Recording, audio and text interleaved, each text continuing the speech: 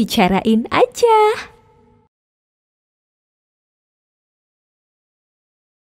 Hai, selamat siang. Ketemu lagi bareng Intan Berliana di hari ini seperti biasa pastinya di podcast SWI bicarain aja. Semuanya kita bakalan buka di sini, kita bakalan bicarakan, kita bakalan omongkan apa yang ada di isi hati atau mungkin di isi kepala atau semuanya. Yes, kita bakalan buka-bukaan, kita bakalan kupas, telanjangin semuanya. Telanjangin apa ya yang ditelanjangin? Tapi yang pasti di hari ini Intan gak sendirian, karena hari ini Intan ditemani oleh salah satu orang yang luar biasa, yang pengalamannya banyak banget, punya banyak cerita, yang mungkin punya isi hati juga, punya curahan hati juga. Kita kulik-kulik aja, tapi kita kenalan dulu ya. Selamat siang, Mas. Halo, selamat siang. Mas Gunawan, kita jaga jarak ya, Mas? Jaga jarak. Yang penting jauh di mata, dekat di hati lah. Asik. Aduh. Oke, Mas Gunawan ini adalah salah satu wartawan juga, orang media juga. Jadi saya wawancaranya juga agak takut-takut karena takut salah, nanti saya dikritik, saya diomelin, kan repot ya kan. Tapi hari ini kita juga bakalan ngobrolin sisi lain dari Mas Gunawan yang ternyata juga dulunya aktif banget sama dunia musik. Waduh, ini pas banget ya kalau ngomongin musik di Indonesia. Itu kan lebar banget, luas banget, sampai mungkin kita udah nggak asing lagi sama yang namanya musik indie. Kita kupas di sini bersama Mas Gunawan. Gimana Mas Gunawan kabarnya hari ini? Alhamdulillah baik, kabarnya Intan. Alhamdulillah. Lancar ya tadi kesini ya? Lancar lumayan. Lancar ya, nggak macet ya? Hatinya lancar juga Mas? Macet-macet dikit lah. Oh, macet-macet dikit. Mulai curhat ya. Oke, hari ini kita mau ngomongin seputar musik nih Mas. Kalau musik itu kan luas banget ya, dan memang mungkin ada yang udah kenal sama yang namanya musik indie.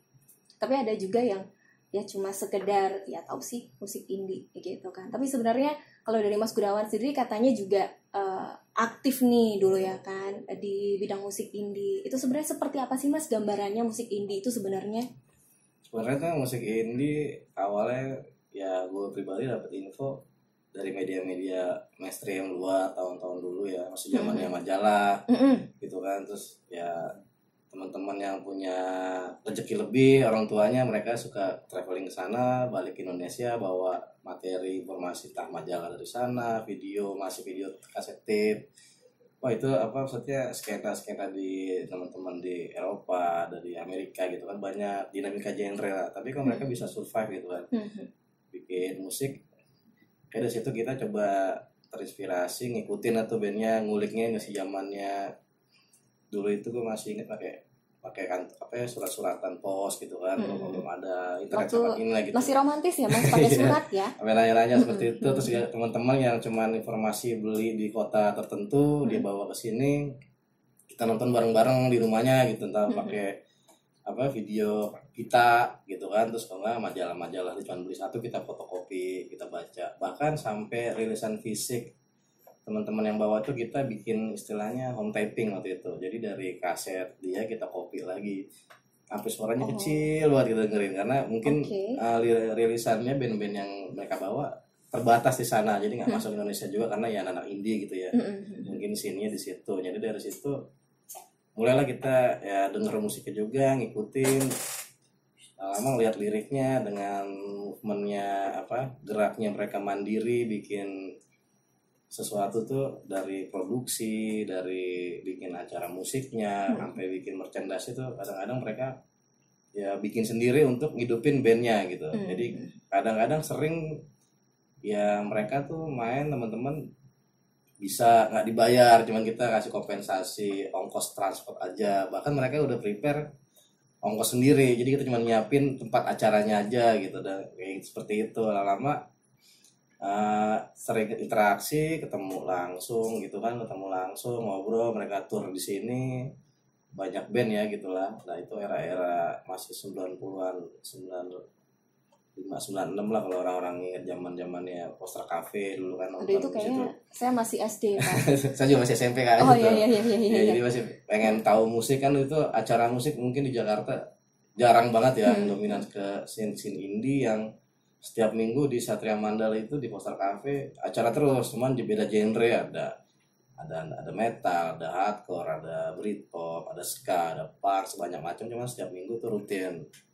Dari situlah muncul teman-teman komunitas yang mulai masih masih sedikit banget lah, tapi produktif dalam artian berkarya, bawain bikin lagu sendiri, terus recording sendiri, distribusiin sendiri gitu, dengan keterbatasan yang biaya nggak besar. Itu juga awalnya patungan, pertama personil bandnya mungkin kan, karena kita belum ada label, belum ada apa, belum ngerti label juga sih itu.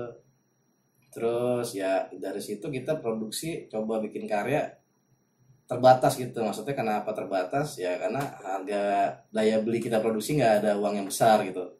Kadang cuma rilis 100 kaset gitu kan, satu album, dan itu kadang kita barter sama teman-teman juga gitu kan karyanya. Kadang ada dijual di lapak-lapak teman-teman, di distro teman-teman, dan seperti itu. Nah, berkembangnya sampai era konsisten sekarang tuh kan komunitas ini semakin luas ya di dunia gitu kan, dan komunikasi semakin gampang ya. Akhirnya ya kuncinya sih kalau kita berteman sama siapapun dengan satu komunitas, walaupun beda negara pun saat ini ya, kita juga bisa kolaborasi sama mereka, kerjasama bikin satu album gabungan, split, dengan biaya yang nggak terlalu besar. Cuman kadang-kadang gue ngirim materinya aja nih, terus dibilang gue cuma cetak segini nih, lu mau nggak royaltinya cuma segini, nggak apa-apa, kita ya cuek aja gitu kan, seperti itu gitu kan. Akhirnya ya mulai dari situ teman-teman tuh sampai saat ini ya produktif sih semuanya di scene bawah tanah ya, dan masih relevansi, sangat masih pada bikin fisik. Malah jarang yang digital, ada nggak sebagian besar juga yang ada di platform digital, di misalnya YouTube gitu jarang. Malah mereka banyak kan rutinnya di tulisan fisik seperti itu. Boleh dijelasin nggak Mas, kenapa teman-teman pelaku musik indie ini gitu ya, itu lebih memilih untuk tetap menerapkan produksi secara fisik? Kenapa nggak lewat digital? Secara sekarang ini kan kalau misalnya ya pengen punya karya, pasti pengennya dikenal dengan banyak orang, atau juga pengen didengerin, dan pasti juga pengen nambah fans lah mungkin gitu ya, untuk bisa bertahan pastinya gitu. Kenapa mesti memilih lebih menekankan ke fisik gitu? Dan kalau mungkin kalau misalnya fisik seimbang dengan digital gitu ya, masih bisa jalan gitu. Tapi kalau misalnya kenapa lebih milih ke fisiknya gitu? Ya kalau kami sendiri sih itu band tuh pertama hobi ya. Kalau bicara hobi ya kita senang-senang aja gitu ngeband kan, mau kita mau laku mau enggak, dan di komunitas punya teman-teman yang banyak, satu pemikiran genre musik lah gitu kan, mungkin satu idealisme bermusik. Akhirnya dengan sering ketemu sosial media, ngobrol seperti itu, dan kita nggak ada target kita nyetak segini profitnya segini, enggak sih. Kita malah bikin cetak terbatas gitu. Jadi teman-teman yang bisa bentuk fisik, dapat bentuk fisik album kita tuh ya punya nilai lebih lah. Wah ini tulisannya nggak banyak nih, terbatas, walaupun kita harga jualnya walaupun terbatas tetap normal. Jadi tujuan kita penyampaian pesan kita lewat karya biar bisa dijangkau teman-teman semua komunitas gitu. Jadi kita nggak jual harga ini karena kita nyetaknya cuman itu tadi, biaya yang kita nggak punya besar, kita cuma nyetak dikit. Ya dari situ mungkin kita cuma sekali kopi, nanti berapa tahun lagi mungkin kita refresh lagi. Jadi seperti itu. Walaupun ya hal ini kalau kita bicara kebutuhan band kan nggak munafik ya, kita perlu juga butuh sesuatu buat latihan, buat beli gear, butuh masukan ya, pemasukan. Nah teman-teman di situ mungkin yang menyiasatinnya dari rilisan fisik, nggak terlalu nyari yang gede, tapi merchandise yang lain, misalnya seperti bikin kaos, sepatu, tas, jadi official yang buat si band gitu. Bisa dari situ sih buat hidupnya sih. Jadi kita buat nggak sampai nyari tajir melintir seperti apa biasanya seperti itu kan. Kadang ya kita pun kalau misalnya teman-teman ngajak misalnya acara di daerah gitu, bisa nggak main di sini, cuman kita cuma bisa bantu transport doang nih, nyewa mobil misalnya sekian, atau akomodasinya cuma segini, ya udah kita bisa gitu kan, ya udah berangkat aja gitu. Jadi nggak terlalu simpel minta tarif segini segitu. Itu di situ sih kalau buat pertemanan ya, karena ya kita namanya ya kita yang penting pertemanan sih kuncinya sih gitu. Kayaknya kalau misalnya indie tuh lebih ke ikatan bagaimana personilnya kayaknya ya, lebih kelihatan seperti itu mungkin ya Mas. Ya, kalau gue pribadi indie ya, gue mau main musik gue seneng aja gitu. Sebenarnya bukan bicara gue berkarya berseni yang mengekspresikan apa yang gue rasain, yang gue lihat ya, gue dengan sebuah intonasi nada lirik gitu berkarya. dan gue dokumentasikan hal itu ya bentuk rilisan. Ya teman-teman juga bisa dengerin pesan-pesan yang kita bikin gitu. Ini tema-temanya kan kadang kita nggak hanya cinta melulu gitu ya, jarang banget, makanya masih banyak kan bicara humanisme, fenomena sosial, jadi inspirasi, jadi lirik gitu, seperti itu. Jadi ya kalau kita bicara untuk profit ya teman-teman di luar band punya kesibukan masing-masing. Cuman dari awal ya kita komitmennya kita bikin band ya biar seneng-seneng aja gitu, mau jalan mau enggak, mau laku mau enggak, yang penting kita ya lagi dapet momennya bikin lagu yuk, dapet nih rekamannya begini, gimana duitnya ada nih segini, kalau nggak ada kita jualan ini dulu yuk, kumpulin gitu, kayak gitu.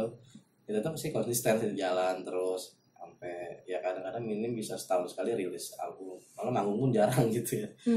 Berarti seperti kalau bisa dibilang seperti hobi, tapi ya paling nggak hobi itu bisa menghasilkan gitu ya Mas ya. Iya, menghasilkannya kita buat senang-senang aja, jadi buat ya nggak cuma akomodasi ketutup, buat latihan cuma ketutup gitu, kita mau bisa beli alat dari situ lah nabungnya sih sebenarnya, tapi nggak cepat meledak gede gitu. Tapi sebenarnya apa sih Mas kesulitan yang paling terasa nih untuk pelaku musik indie sendiri? Karena kan memang kalau yang namanya musik indie yaitu tadi, karena satu yang mengenal itu terbatas ya Mas gitu ya, dan mungkin karya-karyanya agak sulit untuk didapatkan karena tadi keterbatasan tadi gitu ya. Selain itu apalagi kesulitan mempertahankan musik indie yang mungkin sekarang lagi dijalanin, atau mungkin untuk teman-teman yang masih ngejalanin band dengan konsep musik indie ini sendiri? Kalau lihat era-eranya sih makin kesini anak-anak indie itu lebih melebar ya, berarti genrenya makin banyak, indie labelnya gitu. Dengan independen jadi banyak yang ngambil folk rock seperti ini juga genrenya indie, dia ngambil ini juga jalannya indie, jadi dia nggak terpaku.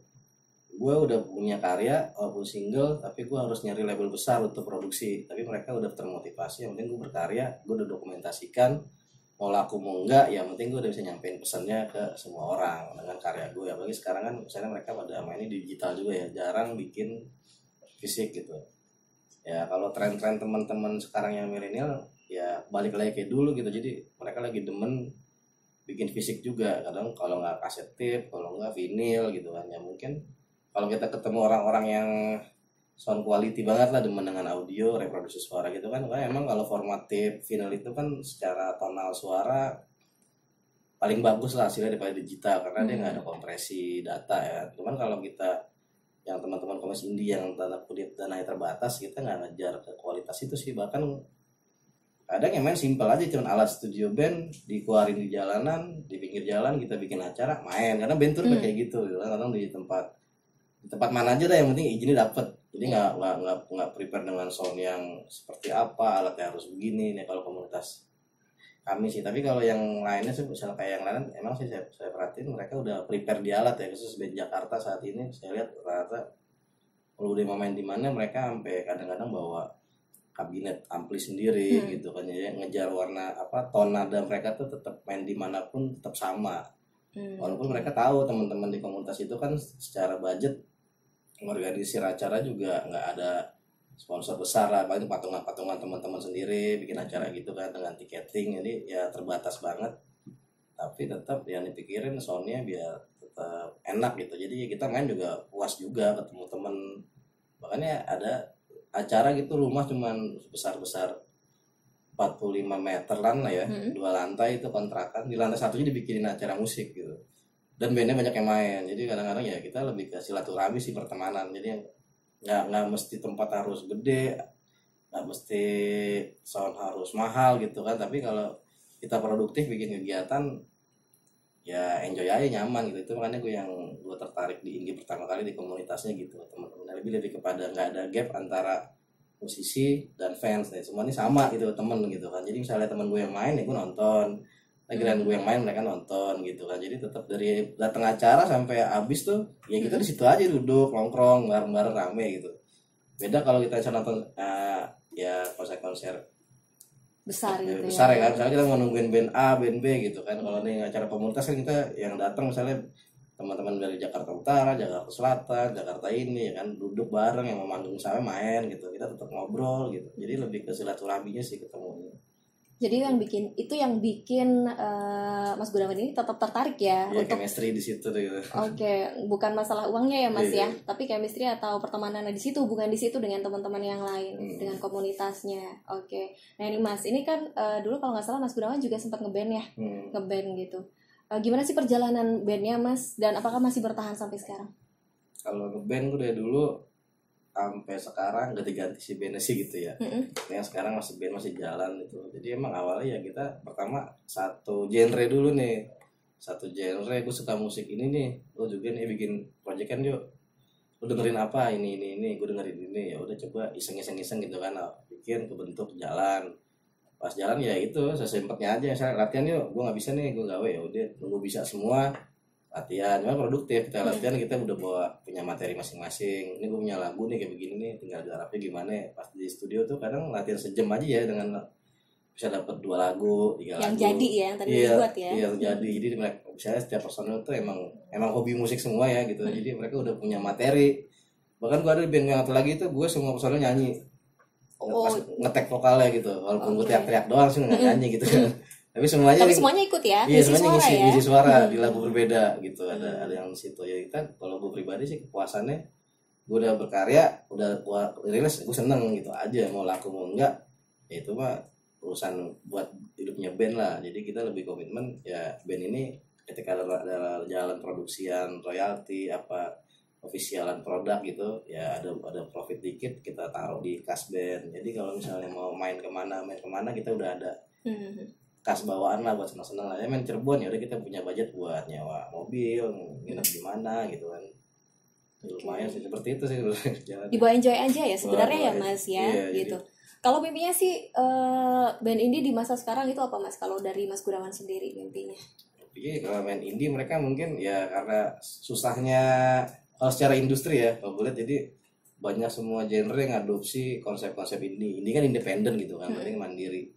Nah mereka kadang ketika mereka udah berkarya untuk masuk label-label besar kan susah gitu kan, apa masak selektif apa gono gininya gitu kan. Tapi dia mungkin kalau menurut komunitas dia nih karyanya bagus gitu, tapi karena dia pengen nama label gede nggak cair-cair nih, nggak masuk, akhirnya ya bikinlah label sendiri, single sendiri ya kan. Ya apalagi sekarang lebih mudah gitu kan, paling kita boncosnya anak sekarang tuh lebih serius di recording nih, hasilnya bagus-bagus banget karena alat udah makin canggih, beda sama era-era 2000-an dulu ya, ke bawah gitu. Karena ya, kualitas dari sound sendiri juga makin berubah ya. Makin praktis gitu kan. Dulu kita bawa pedal panjang-panjang, sekarang satu aja udah bisa berapa karakter gitu kan, bisa gabung. Jadi terus juga rekaman nggak mesti kita ke studio bayar sewa per shift. Sekarang kita pakai satu alat di AC aja kan.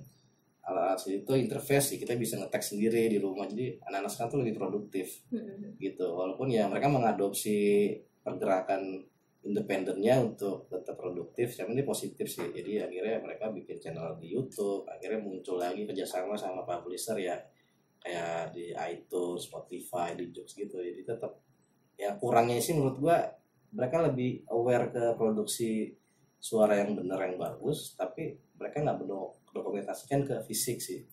Jadi kan nama digital satu kan bisa ini juga ya gitu ya. Jadi kalau kayak fisik kan bisa kayak band-band zaman dulu sampai sekarang kayak masih ada karyanya lah, kayak The Beatles lah apalah gitu kan. Ya mungkin di situ. Jadi mereka kadang ngelihatnya ya daripada gue bikin fisik keluarin cost lagi, baik gue ini buat promonya di digital aja, tapi dia off air nyarinya di situ. Tapi sebenarnya sepenting apa sih Mas kayak setup untuk soundnya gitu ya, untuk memproduksi karya dari band-band indie ini gitu ya, sepenting maksudnya memang sepenting apa gitu dalam melahirkan karyanya gitu. Ya kalau gue pribadi biasanya gue ngulik bandnya, saya gue suka band A, suka band B, suka band C. Gue dengar musiknya dulu, bandnya keren. Apa nih Mas, influence-nya apa nih? Ya macam-macam, gue kadang dengerin metal, dengerin hardcore, dengerin punk, saya semua genre. Tapi kadang ya gue coba kolaborasiin, gue suka band yang ini nih keren nih, misalnya dari metal ini pelajarin buat gearnya dia, misalnya lihat gitarnya pakai apa, amplinya pakai apa gitu kan, terus pedalnya pakai apa. Ternyata itu mau mempengaruhi banget karakter sound dia gitu kan. Kalau kita bicara karena gue pegang gitar gitu ya, ngerasain yang gue apa kadarnya dengan keterbatasan. Wah kalau emang harga nggak bohong ya, dengan alat yang ini pakai ini suara jadi begini. Nah kalau kami kadang menyiasatinya gini, custom. Misalnya kita beli gitarnya yang biasa lokal gitu, yang belum jadilah custom di Bandung, tadi Solo, tadi Surabaya, tadi kita jalan-jalan gitarnya ya ngerakit gitu terus beli pick upnya apa nih apa gitu, jadi ngejar soundnya tone-nya yang mendekati dengan harga yang gapnya jauh lah gitu. Tapi kalau kita misalnya emang teman-teman yang sekarang kan anak indie banyak kan ya yang sering eksis, kalau lihat di liputan juga mereka tuh udah prepare segitunya gitu, jadi sampai dipikirin tone-nya dari hulu ke hilir. Dia mau bikin suara itu recording dan manggung off air sama gitu, nggak gap jauh kan. Kadang kan karena sekarang banyaknya teknologi canggih begini, kita nyanyi pales jadi merdu gitu kan, tapi pas dia live pales gitu kan, jadi nggak enak ya. Jadi nggak enak. Tapi kalau anak-anak itu ya emang yang kayak ya gue sebut kayak Bara Suara, Indra Tresa gitu kan, walaupun kelihatan simple kayak Jasa Ranti lah gitu. Kalau kita kan gitar kopong doang, tapi ini ternyata ya tone-nya dipikirin juga kayak gitu, seperti itu. Jadi emang influence gitu. Kita coba menikmati, kasih karya ke orang yang dengerin juga nyaman, enak gitu lah. Walaupun dengan data yang ya kalau digital kan nggak besar gitu, itu cuman kayak format MP3 lah. Beda kalau kita dengerin kaset tape, vinyl, dia tuh dari hasil mastering digandain nggak dikompres gitu, jadi tone nadanya tetap konsisten bagus gitu. Ada nggak merek favorit yang mungkin apa ya recommended banget lah buat adik-adik ya buat teman-teman yang mau memulai, aduh pengen ngeband nih, band indie gitu, bikin karya indie gitu kan, karena mungkin ya gitu tadi, karena ada harga ada rupa gitu kan. Dan yakin untuk orang-orang sekarang juga pengennya kalau misalnya pengen bikin karya juga nggak mau yang setengah-setengah gitu kan. Yang kira-kira recommended ya apa Mas? Ya kalau kita sih bicarain aja mas, murah buka itu aja bisa. mas, buka murah aja itu mas. bisa ya, berarti kita murah bisa, cuman ya masuk akal juga. Emang kenapa mereka produsen bikin mahal, emang teknologi dia sih yang bikin mahal ya di situ. Tapi kalau kita bisa ngulik-ngulik, kayak kemarin gitar gue sendiri aja tuh gue beli awalnya up down, kayak kan up down terus ada kunci L gitu. Ini up downnya gue cabut, pick up-nya gue ganti yang biasa pertama, terus spoolnya gue upgrade lagi, cari yang bagusan, nyari karakter gue yang mengejar suara kayak apa nih. Atau macam-macam kan, ada yang mau suaranya lebih anget, mau lebih dominan ke high frequency treble gitu, macam-macam. Jadi kalau kita bisa milih juga dari situ doang sih. Nah, yang susah itu ya kalau orang yang nggak bisa presisi masangnya lagi, itu gitar rusak jadi pales gitu. Itu sih, makanya kalau ya punya modal mendingan nabung, beli yang bener-bener branded, tapi sekali tuh udah cakep gitu. Karena gitar kan dia ada masa break-in kan, semakin lama tuh dia semakin tone-nya bener ya. Semua perangkat elektronik lah semua kan break-in, kayak kabel, efek, kalau kita nyalain mulu tuh biasanya bisa 300 jam lah ya kalau kayak kabel, kayak efek, kalau pengalaman gue. Jadi tone-nya tuh dengan kita setup di gear segini, baru beli kita pakai, nanti kisaran 300 jam kita pakai tuh settingannya berubah, padahal nggak diapa-apain. Bisa gitu ya? Iya, itu break in sih kalau elektronik ya, misalnya semuanya sih. Jadi nggak hanya pedal, speaker, ampli, sampai detail-detailnya. Gue kan berarti gue hobi musik, kerja gue juga di otomotif, bahasnya audio mobil ya, ketemu gitu kan. Oh, dia secara teknikal si brand ceritain begini, emang sama mereknya, misalnya kayak Marshall, dia ngeluarin buat produk rumah, buat konser, yang buat ini macam-macam. Jadi akhirnya ketemu juga di situ. Coba tonton aja. Tapi karena kalau anak indie nggak teknis itu sih biasanya, dia cuman influence sama band apa, dengerin, ya coba ngulik-ngulik aja, putar-putar, kayaknya begini dapet gitu sih. Lebih simpel. Tapi mereka juga karena udah punya feeling juga kali ya, karena kan udah terbiasa dengan alat musik gitu ya mas ya. Nah ini dengar-dengar dulu juga pernah kolaborasi nih. Kolaborasi sama siapa nih? Katanya udah nyampe Meksiko kalau nggak salah. Jauh loh, saya aja belum pernah loh Pak. Saya belum pernah ke Meksiko. Oh belum ya? belum ke Meksikonya. Jadi sama musisi Meksiko. Satu genre aja. Satu genre, oke. Boleh dong ceritain kolaborasinya sama pemain-pemain luar gitu. Nah itu kalau itu tadi sih gue buat ya yang band gue yang ini nih, yang cuman hobi, jarang manggung banget, tapi kita namanya pertemanan, sering ngobrol, ketemu ya dalam dunia maya ya coba. Ya teman-teman di luar itu kayaknya nggak ada batasan loh kalau kita satu genre. Soalnya dia kadang kita open, dia jawab. Bocor aja gitu, gue mau ngajak lo split album deh, ini band gue dari sini. Gimana gimana, boleh nih akhirnya ngerespon gitu, akhirnya kerjasama kayak gimana, kenal sini nggak kenal juga gitu kan. Dia sering sama teman-teman yang di sini juga, ya ternyata ya kita juga ada yang kenal juga teman-teman sana, akhirnya seperti itu ya. Kita nggak ada kontrak tertulis seperti apa sih, cuman komunikasi sosial media aja, sama-sama percaya, deal, udah gue kasih materinya, gue kirim, mereka rilisin, gue minta royalti ya nggak banyak-banyak, misalnya nyetak berapa ya udah gue minta buat personil aja lah dikirimin fisiknya, yang penting mereka ada bisa ngerilis ya seperti itu. Jadi gue kadang ya nggak tutup kemungkinan kalau band-band yang lain sih benernya itu kebijakan bandnya ya. Kalau teman-teman gue ada juga sih, berarti kalau sekarang udah bicara ofisial gitu, kalau lo rilisin gue hitungannya secara pertemanan ya, secara benefit gue minta 25%. Misalnya lo nyetak kaosnya 100, ya 25-nya buat band. Nah dari band itulah 25 kaos itu buat ya kebutuhan mereka lah, buat bikin tour lah, mau bikin buat kegiatan selanjutnya iya, gitu itu ya. terus sih di hobinya sih ke situ. Nggak terlalu kita ngejar dengan misalnya lo main di sini ya udah gue buka harga nih, gue mainnya 2M gitu, 3M ya enggak gitu kan.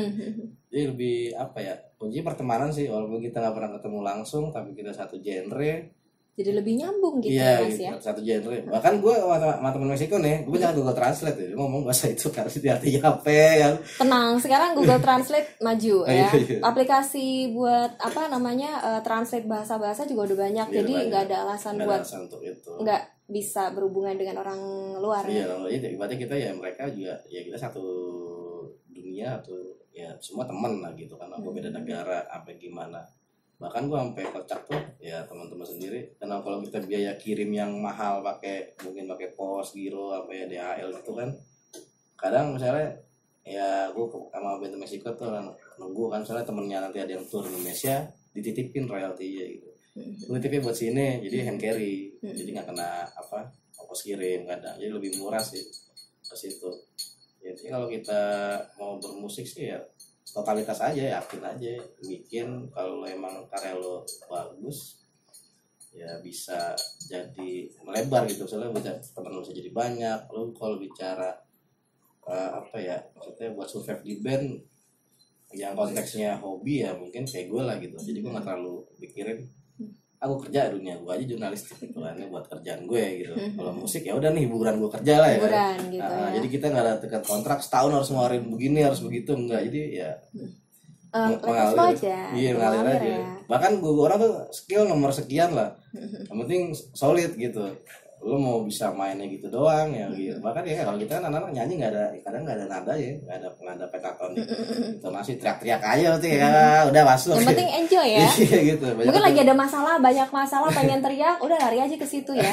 Gila, manusia memang punya masalah sih. Punya masalah gitu, nggak pengen curhat tapi susah, nyanyi aja deh, teriak-teriak gitu gitu kan. Doang sih banyak kan. Jadi emang ya kita ngeliat-ngeliatin aja, bikinnya nggak pakai les ke sana sini ya itu tadi, karena mengalir aja berkarya namanya seni kan gitu kan, kayak gitu jalan. Pengalaman gue sih begitu. Oke. Ini kameramennya lagi sibuk sendiri ya. Aduh, emang benar ya kalau misalnya kita melakukan sesuatu yang enjoy gitu ya, itu pasti ada aja celahnya untuk bikin gimana caranya menikmati, untuk bikin segala sesuatunya tetap jalan walaupun dengan segala kesulitannya nih. Mas boleh kasih dong ini mungkin saran-sarannya atau pesan-pesannya sama teman-teman yang pengen bikin band indie, terus juga apa sih sebenarnya yang perlu diutamakan gitu ya. Kalau misalnya lo pengen bikin karya, tuh apa sih sebenarnya yang diutamakan? Apakah budgetnya gitu ya, yang paling utama budget dulu, ataukah mungkin karya, atau mungkin apalah itu gitu. Ya kalau gue sih paling utama komitmennya dulu sih, solid personilnya. Ketika lo bicara project, kita bikin band ini yuk gitu kan. Nah nanti kalau bicara skill itu ya mengalir aja, kalau kita main biasa aja tuh bisa, terus nyambung lah, nyambung semua orang-orangnya. Intinya itu dulu. Kalau buat udah ketemu semua solid, fleksibel, ini kita kan band hobi ya, jadi nggak ada target harus ngejar ini di situ dulu. Jadi bikin komitmen di awal lah. Jadi ya udah kalau ada waktu senggang ya kita produksi ya. Tapi karena mungkin kita demen musik semuanya, kadang kan inspirasi nggak mesti kita ketemu langsung kan, tadi mana aja. Kayak gue duduk lagi iseng-iseng megang gitar, tidak pernah ada gini enak di charter gitu kan. Lagi makan mas? Karena yang ngerokok nyantai nonton TV lah ya, nonton TV, gitar mah di samping, kayaknya enak deh. Ya bisa juga ngelihat dari kalau dari sekitar. Jadi karena itu yang penting lo mau bikin sesuatu seni musik apapun, intinya lo bikin karyanya dulu terdokumentasi. Nanti mau laku enggaknya nanti ya. Iya nanti akan ngelihatnya. Tapi kalau lo konsisten, komitmen, ya contohnya kayak Didi Kempot aja lah gitu. Kalau lo lihat bukti konkretnya, dia genrenya dangdut koplo loh, maksudnya campur sari. Yang orang itu dangdut aja kan, ibaratnya anak-anak muda zaman dulu apa sih mesti dangdut ya kan gitu. Tapi nggak asik lah iya, gitu ya. Kalau secara seni itu emang budaya kita gitu kan, di Indonesia keren gitu. Jadi ya kreativitas kolaborasi dan subkultur budaya ini emang dicampur. Bahkan kan kalau sekarang kalau lo udah bikin banyak referensi, lo berkarya, ya mungkin dengan karya lo tentu dokumentasi itu bisa jadi motivasi lo tetap bisa maju gitu. Nanti akan bisa ngasilin juga kalau misalnya untuk biayanya mahal segini enggak, tapi kalau kita udah komit satu band jalan, biaya itu sebenarnya ya relatif sih. Kita bisa kok saat ini recording di Jakarta yang harga-harga murah banyak dan nggak kalah bagus. Emang ya kalau yang lo bicara grade A parah, kenapa dia mahal? Emang karena bagus semua parah ya kan, dari sistemnya, dari operator. Ada harga, ada kualitas pastinya. Iya gitu. Ya. Tapi kalau kita orang awam yang dengerin kita di Jakarta aja ya, kita cuma ngetek di studio yang biasa-biasa aja, tapi hasilnya bener. Enak juga sih didengerin sih, nggak terlalu. Kalau orang awam kan nggak terlalu nyimak banget, tapi kecuali kalau udah expert. Nggak detail ya? Iya, kalau udah expert, saya audioholic gitu kan, orang-orang home audio, orang pro audio ya, mereka berkomentarnya secara, lu musik apa sih nih, kita treble mulu, sampai digituin. Iya. Lu band lo kayak apa sih sih? Pernah ya mas digituin ya? Pernah ya? Iya pernah. Terus gimana mas perasaannya mas? Ya, Pak, kalau kami kan ibaratnya recording. Ini teman punya studio ya kan, dan dia punya alat segitu doang. Ya kita cuma bisa ngasih jasa, gue beliin rokok doang gitu. Yang mau dikerjain nih, jadi begitu gue bilang ya kan.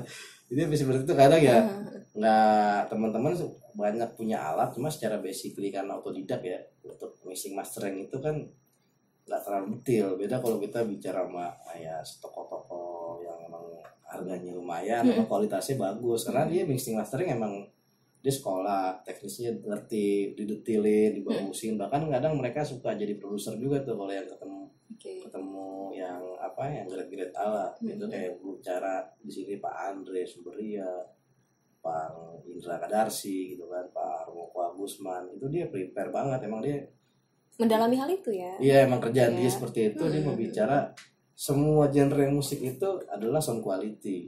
Nah, gimana kita reproduksinya bisa benar hasilnya, nggak salah-salah gitu ya. Kalau gue bilang kan biasanya orang-orang demen sound quality kan musiknya orkestra yang banyak spektrum, ya enggak juga. Nah, kayak kemarin Dead Squad ya, gue ngomongin brand metal ya, dia split sama Kanda Rivas tuh recordingnya gila sih. Gue bilang di tempatnya Armoko Agusman, Bang Stepi posting di sosmednya, dan Pak Moko juga posting. Itu dia sampai di treatment akustiknya bener, ruangannya dibikin flat, terus taruhin diffuser di sana di sini. Hasilnya gue denger albumnya, walaupun dia jual itu kan murah, kalau metal paling kisaran 50.000, 75.000 alias CD ya. Itu detail kick drum low frekuensinya gila dapet gitu, double pedalnya udah nggak putus-putus gitu kan, bisa detail seperti itu gitu. Ya dia mau coba mengeksplor sebuah reproduksi suara yang benar walaupun semua genre musik. Jadi lo saat ini mah nggak usah takut kalau bicara kualitas musik. Di Indonesia banyak yang jago-jago kok, gitu. Nggak usah keluar ya. Iya, keluar dan kualitasnya juga sama. Oke, kalau gitu ini obrolan kita udah dulu kali ya mas ya, karena banyak banget artis tuh kan sampai belibet. Artis yang udah ngantri minta diwawancarain sama Intan biar bisa bicara ya. Oke, Mas Gunawan, terima kasih loh, ini pengalamannya luar biasa sekali. Nanti mungkin kita bisa ketemu lagi membicarakan musik lagi, tema musik atau juga pengalaman-pengalaman yang lainnya. Dan mudah-mudahan nanti buat teman-teman yang mungkin pengen komentar atau tanya-tanya, tanya aja di komentar ya, nanti dijawab sama adminnya, biar adminnya aja yang pusing. Oke, Mas, terima kasih. Ketemu lagi besok. Dan terima kasih buat tim produksi juga untuk SWI Bicara.